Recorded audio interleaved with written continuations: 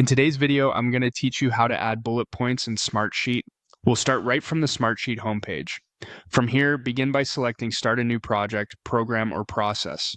This opens up the creation flow so you can choose how you want to build your sheet. You'll see a range of options, including templates organized by role, such as company management. Those templates can be helpful if you're building a full solution, but for a clean, simple place to demonstrate bullet points, choose Start from Scratch. Next, pick a new workspace starting point and select Table.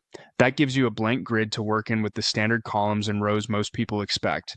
With the sheet open, click into the rows where you want to add bullet points. You can work in a single cell or repeat the process across multiple cells and rows, depending on how your list is structured. Here's the key thing to know. Smartsheet does not include a built-in bullet point button in the toolbar.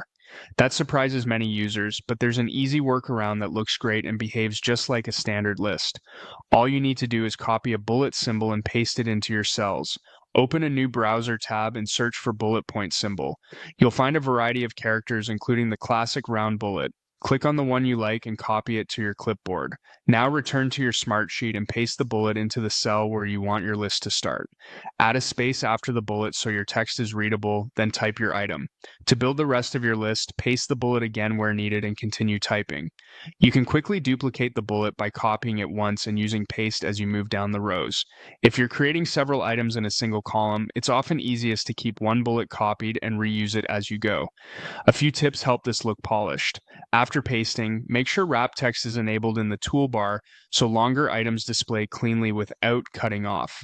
If your list is the main content of the row, consider aligning text to the top of the cell, which keeps multi-line entries neat.